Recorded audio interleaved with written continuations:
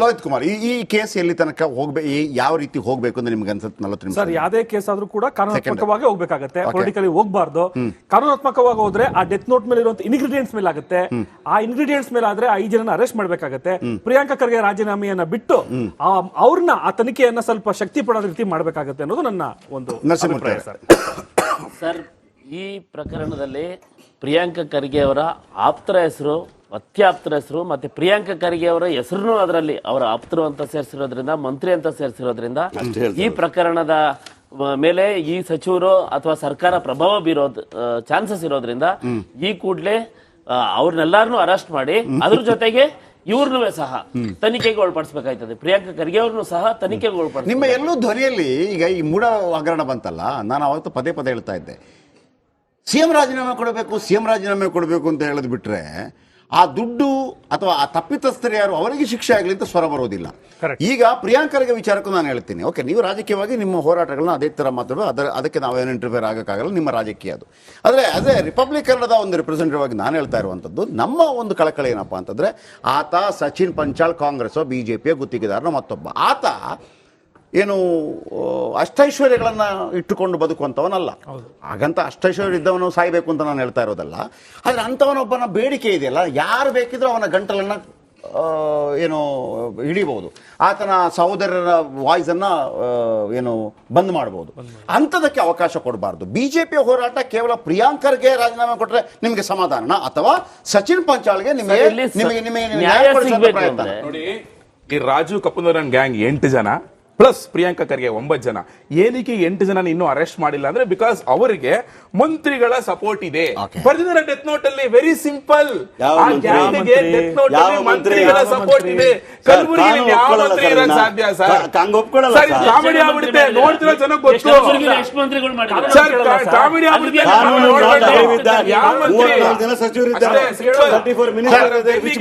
ಕಲಬುರಗಿಯ ರಾಷ್ಟ್ರ ಮಟ್ಟದ ನಾಯಕ ಯಾರು ಕಾಂಗ್ರೆಸ್?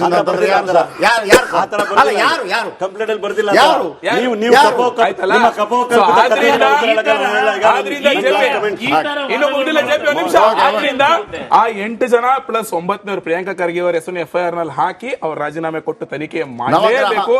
ಯಾಕೆ ಅಂತ ಹೇಳಿದ್ರೆ ಇವ್ರು ಆಗ್ತಿಲ್ಲ ಅಂತ ಹೇಳಿದ್ರೆ, ನಾನು ಆಗ್ಲೇ ಹೇಳ್ದಂಗೆ AICC ಅಧ್ಯಕ್ಷ ಮಲ್ಲಿಕಾರ್ಜುನ್ ಖರ್ಗೆ ಅವರ ಮಗ ಪ್ರಿಯಾಂಕಾ ಖರ್ಗೆ ಅವ್ರನ್ನ ಎದುರಾಕೊಳ್ಳೋ ತಾಕತ್ ಸಿದ್ದರಾಮಯ್ಯನವ್ರಿಗೂ ಇಲ್ಲ, DK ಶಿವಕುಮಾರ್ ಅವ್ರಿಗೂ ಇಲ್ಲ. ಯಾಕಂದ್ರೆ ಇವಾಗ ನೆಕ್ಸ್ಟ್ ಒಬ್ರು CM ಆಗಬೇಕು ಅಂತ, ಬಾಕಿ ಎಲ್ಲರೂ ಕ್ಯಾಬಿನೆಟ್ ರೀಶಫಲ್ ಆಗ್ತಾರೆ.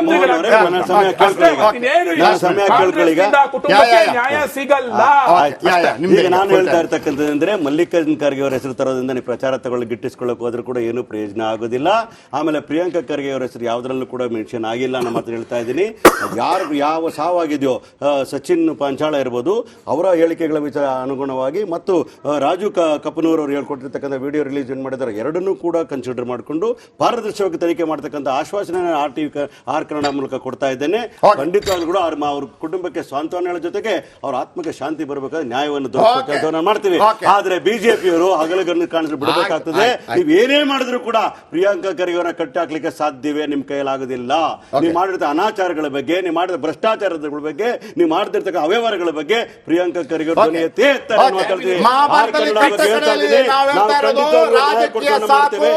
ಆಕ್ಷನ್ ಬೇಕು. ನಮಸ್ಕಾರ.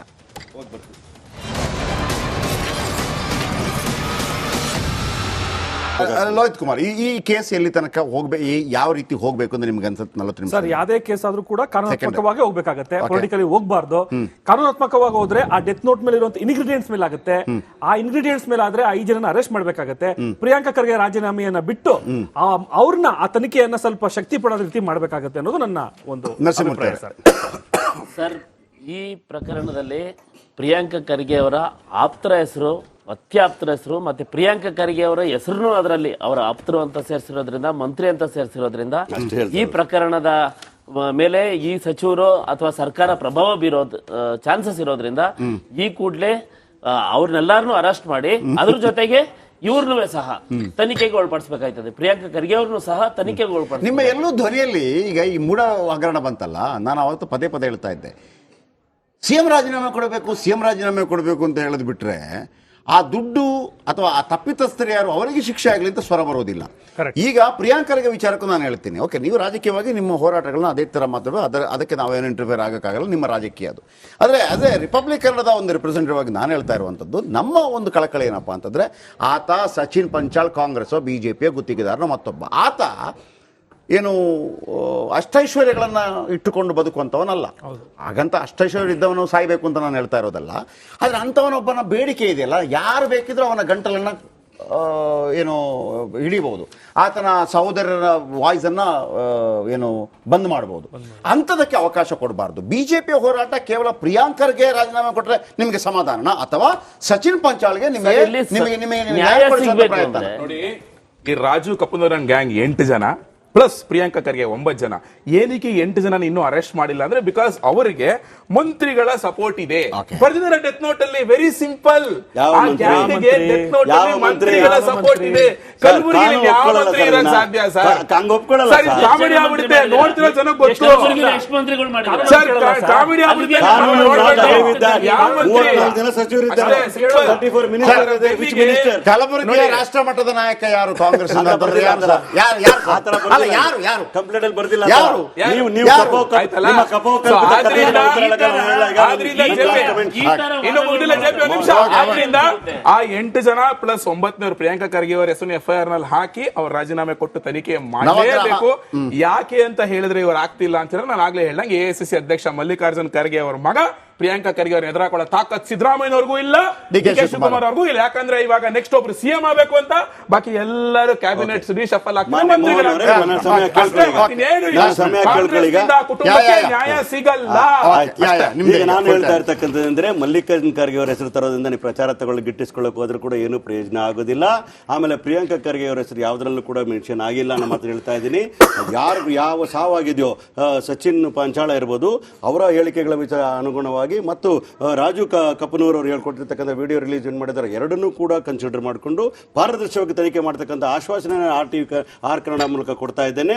ಖಂಡಿತವಾಗ್ಲೂ ಕೂಡ ಅವ್ರ ಕುಟುಂಬಕ್ಕೆ ಸಾಂತ್ವನ ಹೇಳೋ ಜೊತೆಗೆ ಅವ್ರ ಆತ್ಮಕ್ಕೆ ಶಾಂತಿ ಬರಬೇಕಾದ್ರೆ ನ್ಯಾಯವನ್ನು ದೊರಕಿಸುವ ಮಾಡ್ತೀವಿ.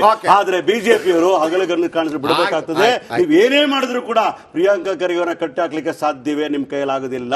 ನೀವು ಮಾಡಿದ ಅನಾಚಾರಗಳ ಬಗ್ಗೆ, ನೀವು ಮಾಡಿದ ಭ್ರಷ್ಟಾಚಾರದ ಬಗ್ಗೆ, ನೀವು ಮಾಡ್ತಿರ್ತಕ್ಕ ಅವ್ಯವಹಾರಗಳ ಬಗ್ಗೆ ಪ್ರಿಯಾಂಕಾ ಖರ್ಗೆ ಅವರು ಧ್ವನಿ ಎತ್ತಿ ಎತ್ತಾರೆ.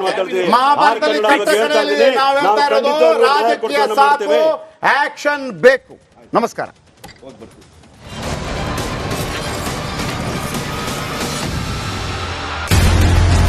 ಒಂದು ವರ್ಷ ಕಳೆದ ಒಂದೇ ವರ್ಷದಲ್ಲಿ ಚುನಾವಣೆಗಳು, ರಾಜಕೀಯ ತಂತ್ರ ಪ್ರತಿತಂತ್ರಗಳು, ಅಭಿಯಾನ, ಜನಪರ ಅಹೋರಾತ್ರಿ ಹೋರಾಟಗಳು, ಪಾರದರ್ಶಕ ವರದಿಗಾರಿಕೆಯ ಪಣ ತೊಟ್ಟು ಮುನ್ನಡೆದಿದ್ದೇವೆ. ಒಂದು ವರ್ಷದ ಸಂಭ್ರಮದ ಜೊತೆಗೆ ಜವಾಬ್ದಾರಿ ಕೂಡ ಹೆಚ್ಚಾಗಿದೆ. ಮತ್ತಷ್ಟು ಮುನ್ನುಗ್ಗಿ ಜನಪರ ನಿಲ್ಲುವ ಉತ್ಸಾಹ ಕೂಡ ಹೆಚ್ಚಿದೆ. ಯಾಕಂದ್ರೆ ಇದು ರಿಪಬ್ಲಿಕ್ ಕನ್ನಡ, ನಿಮ್ಮದೇ ಧ್ವನಿ. ಒಂದು ವರ್ಷದ ನಿರ್ಭೀತ ಪತ್ರಿಕೋದ್ಯಮ ರಿಪಬ್ಲಿಕ್ ಕನ್ನಡ, ಇದು ನಿಮ್ಮ ಧ್ವನಿ.